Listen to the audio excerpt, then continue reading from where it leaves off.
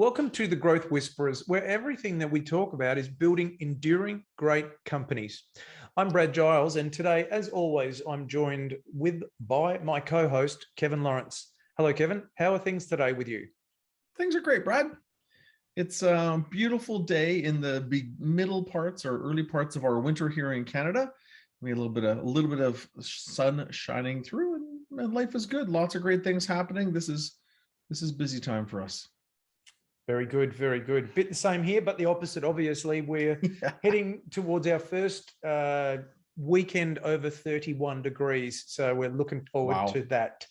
Tell me, we always like to start with a word or phrase of the day. What perhaps potentially might be your word for today?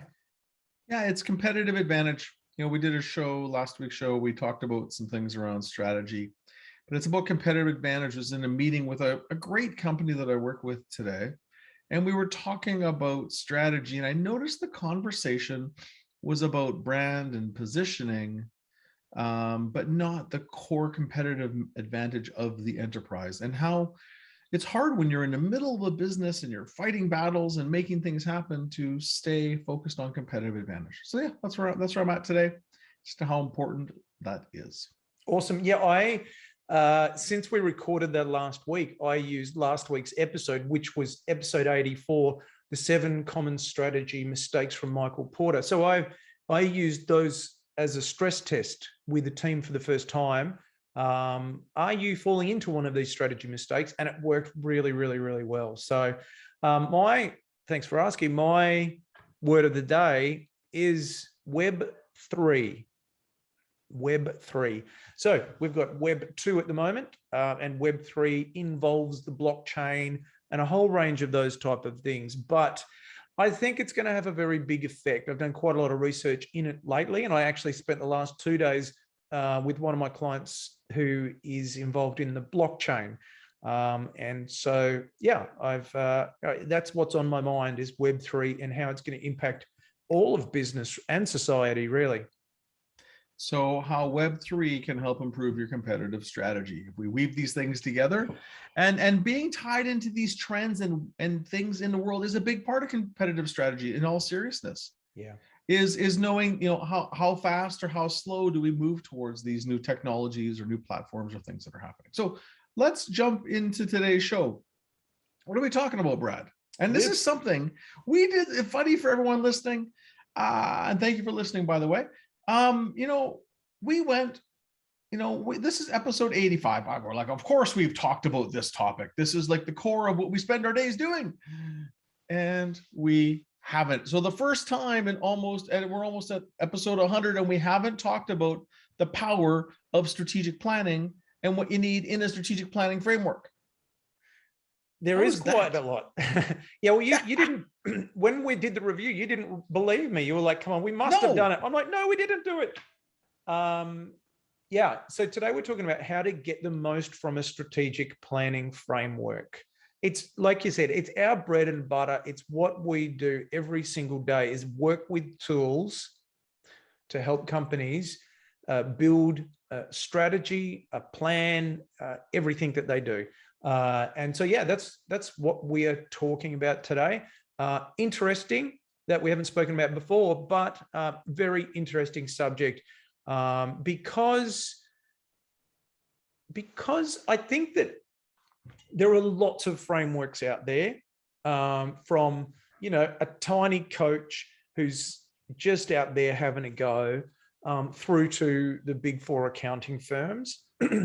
And there are different flavors for different customers at the buffet. Some people like the chicken, some people like the beef, some people like the fish, but you've got to have the right framework to suit your kind of organization. If you're a little local coffee shop, maybe some of the stuff that we do may not be appropriate if you've just got 1 store and 2 employees.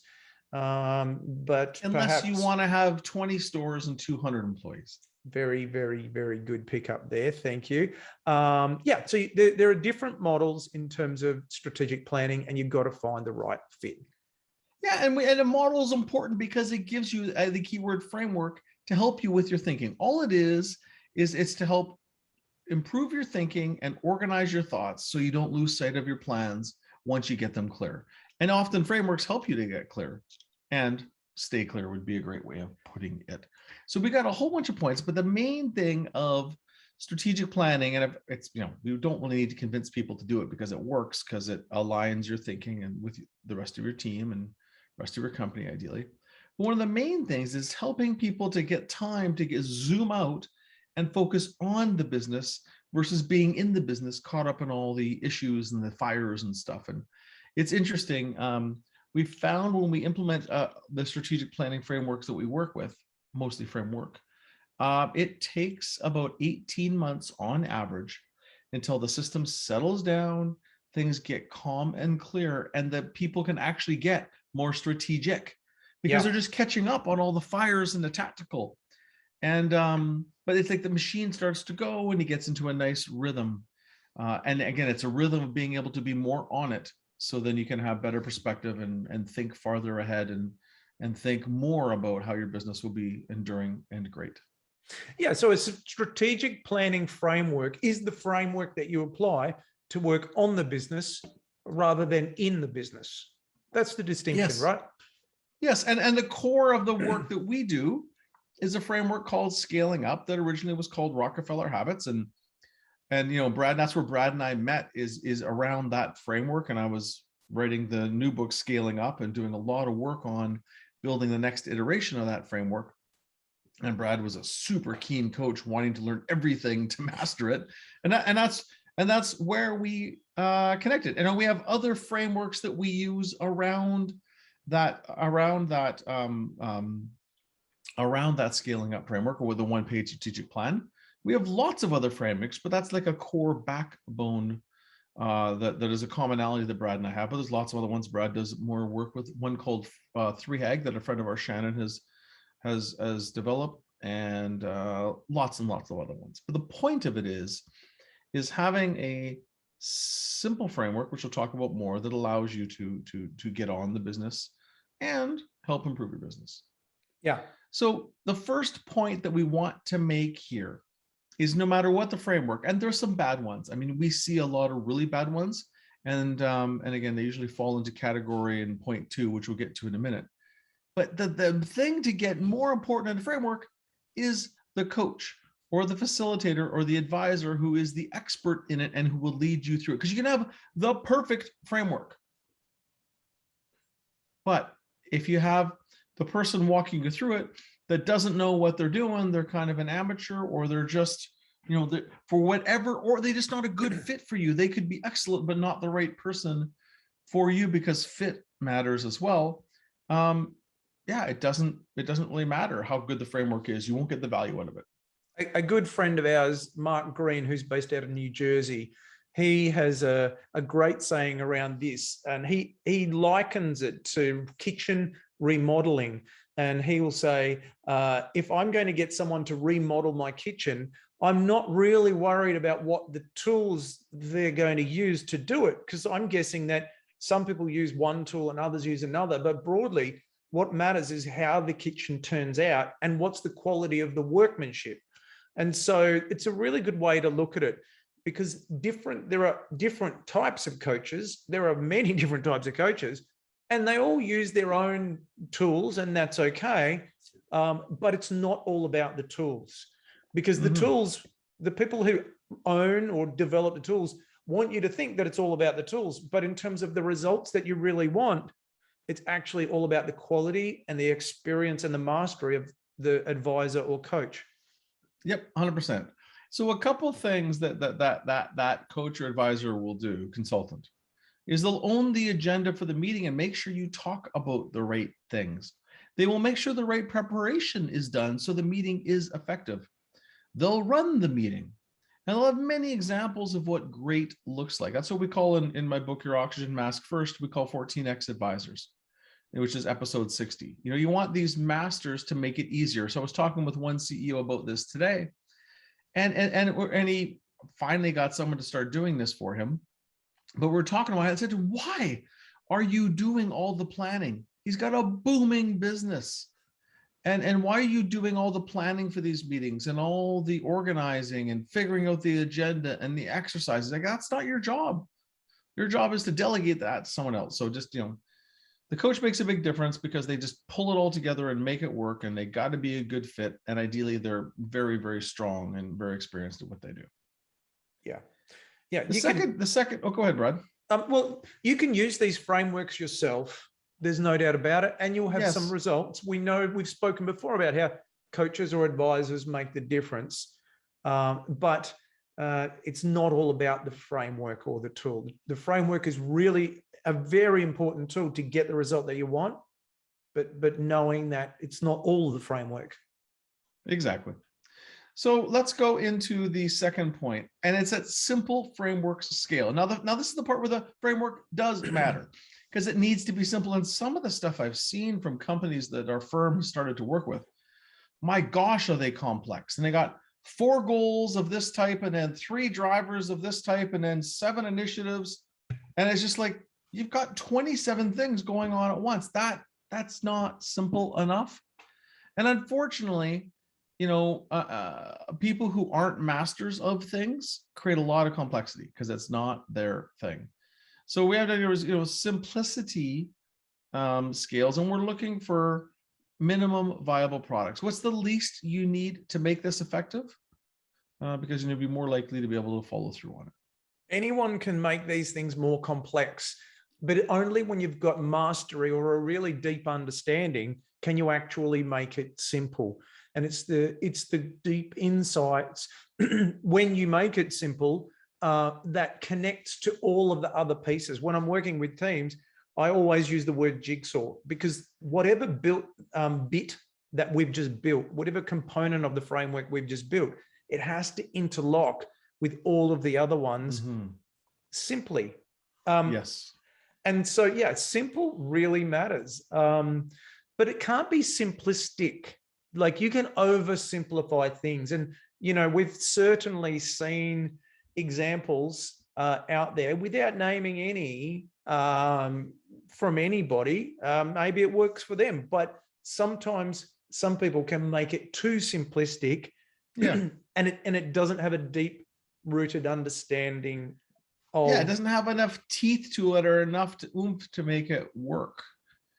And it's a great point, Brad. So we're, Brad and I are, we're simple hunters. We're looking for simple, impactful tools all the time, and then we test them, make sure they create the value. Interesting, as a side note, I also say to new people that join our team, is that you need to do something close to 100 times before you'll be a master.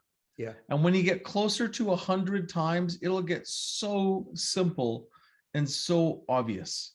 Yeah. It's almost like learning to ride a bike. It's just doing it again. It is. It is. On yesterday or the day before, I was running a workshop, 2-day workshop, and I happened to spill apple juice on my laptop. And the CEO she was terrified. She was really, really worried. And I said, look, even if the laptop completely stops working, I can just keep going. Like, I know this stuff. I've got it. Yes. I've got the agenda. All I need is to know what are the points we've got to cover off. I could do it without the laptop, no worries, because I've done it so many times. There you go. So and it gets easier. As again, the CEO today said, it's like there'll be a situation. I know I'll have seen situations 300 or 400 times where a new coach or advisor will have seen it 3 or 4 times. Yeah. And it's because we're pattern recognition people that, seeing it again and again and doing it's mastery. Okay, one quick point. I'm sorry. One quick point on that. We got lots of quick points. We love this one. Go ahead, Brad. So with the 1-page strategic plan, the tool we both know really well, what I've seen people do is butcher that, and they take things out. Okay, so they'll pick something, I don't know, like the brand promise or the actions or the profit per X, and they don't really understand it. And so they'll take 1 or 2 or 3 or 4 things out of it, and then they'll make it their own in their mind. And the prevailing mastery, and they're proud of it because they don't know any better. Yeah. And I look at it and I think, why have you taken those? Those things are so important and critical and that's the point, is that it's got to be simple, but not simplistic. It would be like somebody removing the radiator from the car because they're removing weight and they don't think it's important. And that's why I have a rule. That's a good one, huh? And that's why I have a rule. A rule with people is until you've used a framework for a few years, don't touch it, because touching it assumes that you're smarter than the person who built it. And that is rarely the case. That could be your best analogy that I've heard. You like that? I actually really like that one. That's a good one, huh? Metaphor is powerful. All right. So the point of it is that, keep it simple, and experience will help you to keep it simple, as will a good framework.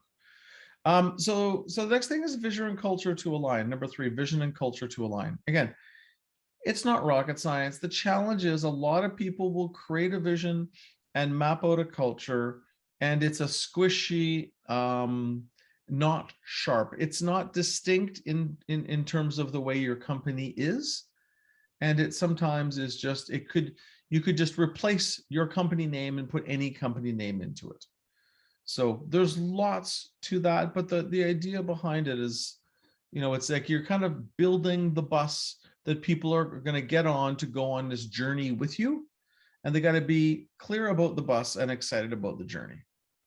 So your strategic planning framework must incorporate culture and helping you to build an aligned culture, because culture eats strategy for breakfast.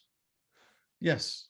If you don't have the right people that are lined up and engaged, it doesn't matter what your strategy is. Yeah, it's got to include your culture, your strategy, and your execution. Yep. That's a pretty straightforward. So let's go to number 4. And we're probably say the strategy to win. Now we've talked a lot about this in episode 84, the last episode. But the root of it is a lot of people make a lot of strategic mistakes, and many people they'll have a strategic plan, and they can spell the word strategy, but there ain't no strategy in any part of their plan. It's just goals. It's just an execution plan. It's a plan that will have them competing directly against their competitors with no differentiation that allow them to make a healthy profit or a healthy, sustainable profit. So look, we've done lots of discussions around strategy. Last episode is one of the best ones, but you got to have that strategy that allows you to win in the medium to long term.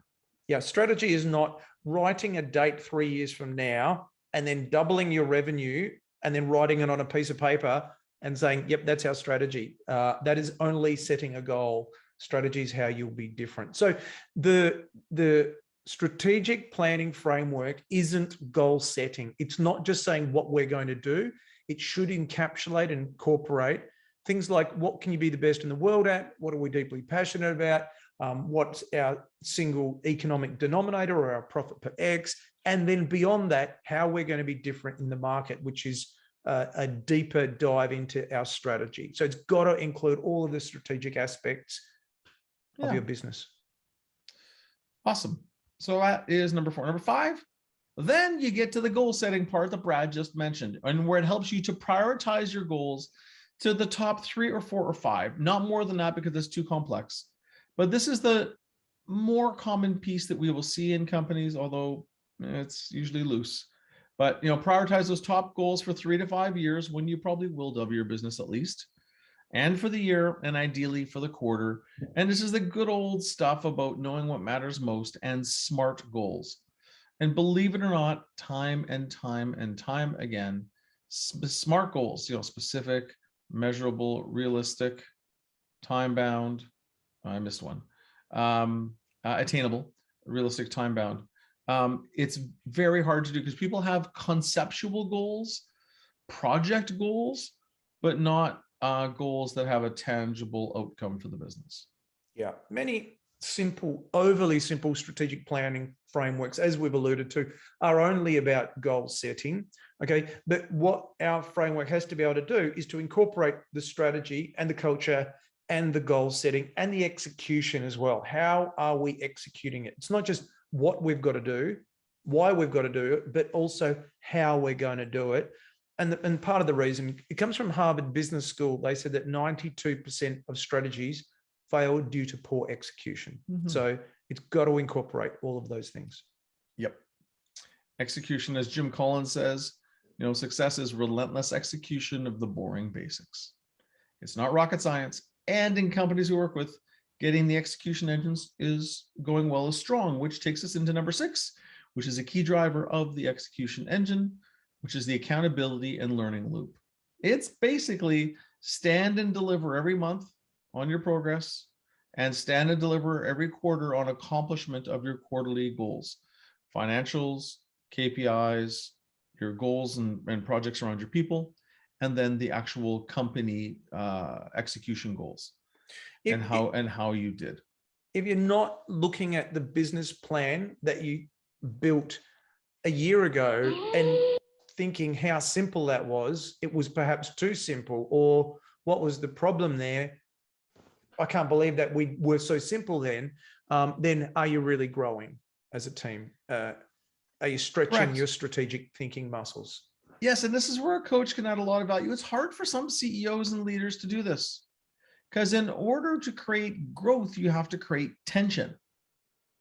And accountability should create tension, because then it leads to learning and improving. So it's the tension meeting where you can celebrate, and then you got to look at the things that can be better next time around. And you go through these quarterly cycles, and things should get better and faster. But without a whole pile of tension, it doesn't work. And my favorite question to ask at these meetings when someone doesn't achieve a goal, and this is from another coach that you and I know in common, Dave Bainey. Oh. Dave Bainey, who was in Chicago, now he's in Las Vegas.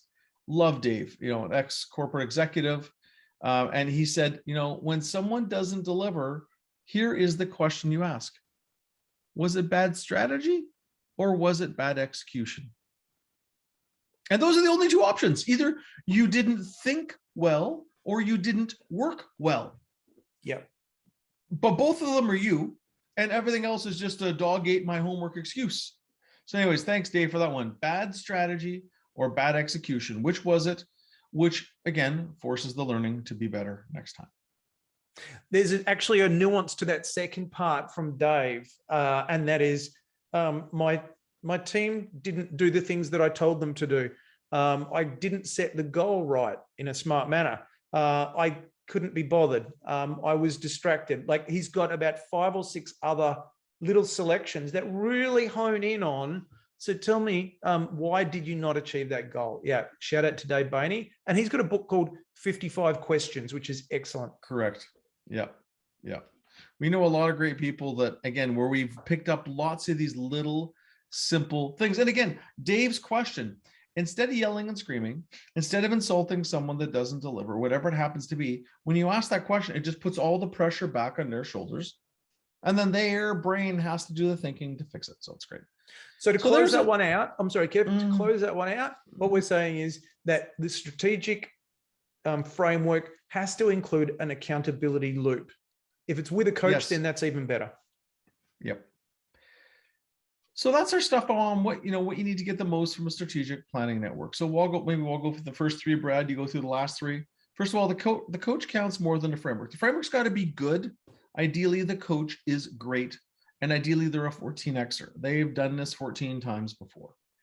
Second is when you get to the framework, simple framework scale. And you don't want to home bake this. You don't want to make it yourself. You want a real simple tool that's proven and that you can work with to get the meaningful clarity and focus you need. And then 3, it's got to help you to define a vision and culture that you're going to align people around so they can drive that bus towards whatever you want to achieve next. Number 4, your strategic planning framework must include a clear strategy to win, not just goals, but how you're going to be different relative to the competitors and meet the customer's needs. Number 5, your strategic planning framework must be clear about the top goals that you've got. It must include how you're going to execute that strategy.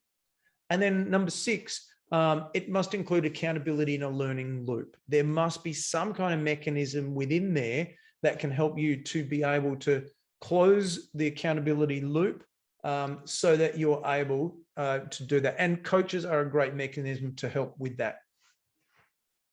Awesome. Well, it's a great discussion, Brad. It's a concept that we're both very passionate about because we spend a lot of time using and developing and enhancing these tools. So thanks for listening. This has been the Growth Whisperers podcast. I'm Kevin Lawrence, and Brad is my co-host here. For the video version, go to youtube.com, search for the Growth Whisperers. To reach Brad, evolutionpartners.com.au, and to reach myself, lawrenceandco.com.